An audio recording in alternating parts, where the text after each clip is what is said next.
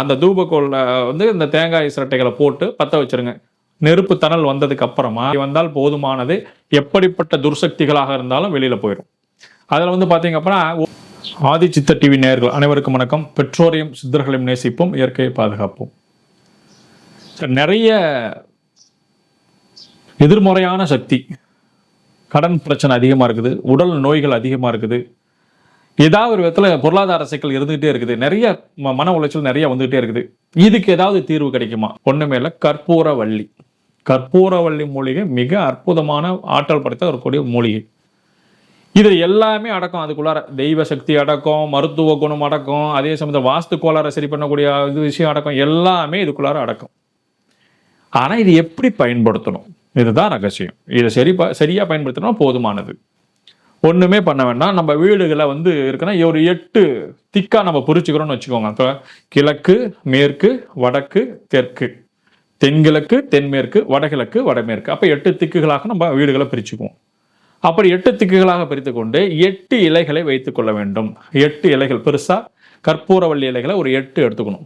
8 இலைகளை எடுத்துக்கிட்டு ஒவ்வொரு திக்குக்கும் போய் நின்றுக்கணும். இப்போ வந்து முதல்ல கிழக்கு திக்கில இருந்து ஆரம்பிக்கிறோம். கிழக்கு திக்கில போய் நின்றுட்டு ஒரு சாதாரண சாம்பிராணி கரண்டி எடுத்துக்கோங்க. தேங்காய் சிரட்டை இருக்கு இல்லையா, அந்த தேங்காய் சிரட்டையை நல்லா, தேங்காயை பயன்படுத்தினதுக்கு அப்புறம் வரக்கூடிய ஓடுக்கு பேர் தான் சிரட்டைன்னு சொல்லுவாங்க, தேங்காய் ஓடுன்னு சொல்லுவாங்க. அந்த ஓடுகளை சின்ன சின்ன துண்டுகளாக நறுக்கிக்கோங்க. அதை வந்து ஒரு சாம்பிராணி காட்டக்கூடிய தூபக்கோலில் வச்சுட்டு அந்த தூபக்கோலில் வந்து இந்த தேங்காய் சிரட்டைகளை போட்டு பற்ற வச்சிருங்க.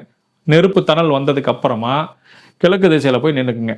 கிழக்கு திசைக்கு உண்டான அதிதேவதை எதுவாக இருந்தாலும் சரி, கிழக்கு திசையிலிருந்து என்னை பாதுகாத்து கொண்டிருக்கக்கூடிய தெய்வம் எதுவாக இருந்தாலும் சரி, கிழக்கு திசையில் இருக்கக்கூடிய அனைத்து விதமான சிக்கல்களையும் சரி செய்து எங்களை வழிநடத்த வேண்டும். எல்லா விதமான பொருளாதார தேவைகளையும் பூர்த்தி செய்ய வேண்டும். எல்லா விதமான அதிர்ஷ்டங்களையும் எங்களுக்கு அள்ளித்தர வேண்டும். எல்லா விதமான செல்வாக்கையும் சொல்வாக்கையும் எங்களுக்கு தர வேண்டும்னு சொல்லிட்டு மனசார வேண்டிட்டு அந்த சாம்பிராணி தூபத்துல இந்த ஒரு கற்பூரவள்ளி இலையை போடுங்க.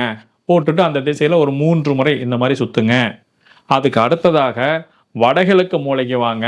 வடகிழக்கு மூலையில அதே மாதிரி இதுக்காக தூபகோலை வச்சுக்கோங்க, அந்த இலைகளை போடுங்க, வேண்டுதலை வச்சுக்கோங்க. இறை சக்தி முழுவதுமாக எந்த வீட்டு வந்து அடைய வேண்டும் மனசுல, ஆபீஸா இருந்தாலும் சரி, எதுவாக இருந்தாலும் சரி, அங்க ஒரு 3 தடவை இது மாதிரி சுத்தி 8 திக்குகளையும் 8 இலைகளை போட்டு சாம்பிராணி தூபம் காட்டி வந்தால் போதுமானது.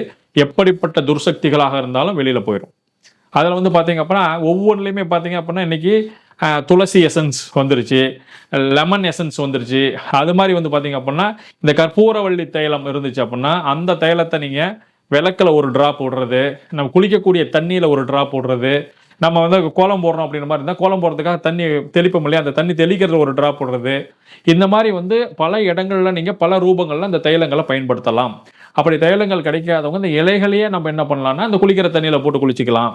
அதே சமயத்தில் ஆன்மீகத்தில் வழிபாட்டில் வரும் பொழுது அந்த இலைகளை வந்து அந்த சுவாமி பாதங்களில் வச்சுட்டு அதுக்கு மேலே தீபத்தை ஏற்றி வழிபாடு செய்யலாம். இந்த மாதிரி விஷயங்கள் நீங்கள் செஞ்சுக்கலாம். சும்மா அற்புதமான பலன் தரக்கூடிய ஒரு விஷயம். அதே சமயத்தில் இந்த இலைகளில் மிகப்பெரிய மின்காந்த ஆற்றலும் உண்டு. எப்படிப்பட்ட நோயாக இருந்தாலும் குணப்படுத்தக்கூடிய ஆற்றல், அதாவது வாதம், பித்தம், கபத்தை வந்து சரி பண்ணக்கூடிய ஆற்றல் எப்படி வில்வத்துக்கு உண்டோ அதே மாதிரி இது ஒரு வகையான நோய்களை குணப்படுத்தக்கூடிய ஆற்றல் இதற்கு உண்டு. பல நேரங்களில் என்ன பண்ணுவாங்க அப்படின்னா அதை வந்து பஜ்ஜி மாவில் நினைச்சு பஜ்ஜியாவே போட்டு கூட சாப்பிட்றாங்க. காரணம் என்னன்னா அப்படின்னா இதில் வந்து நோய் எதிர்ப்பு சக்தி அதிகரிக்கக்கூடிய ஆற்றல் உண்டு, உடல்நல கோளாறுகளையும் சரி பண்ணக்கூடிய ஆற்றல் அதற்கு உண்டு. அதனால கற்பூரவள்ளி இலை மிகப்பெரிய மாற்றத்தையும் ஏற்றத்தையும் நிச்சயமாக உருவாக்கி தரும். பயன்படுத்துங்கள், பலனடையுங்கள். நன்றி.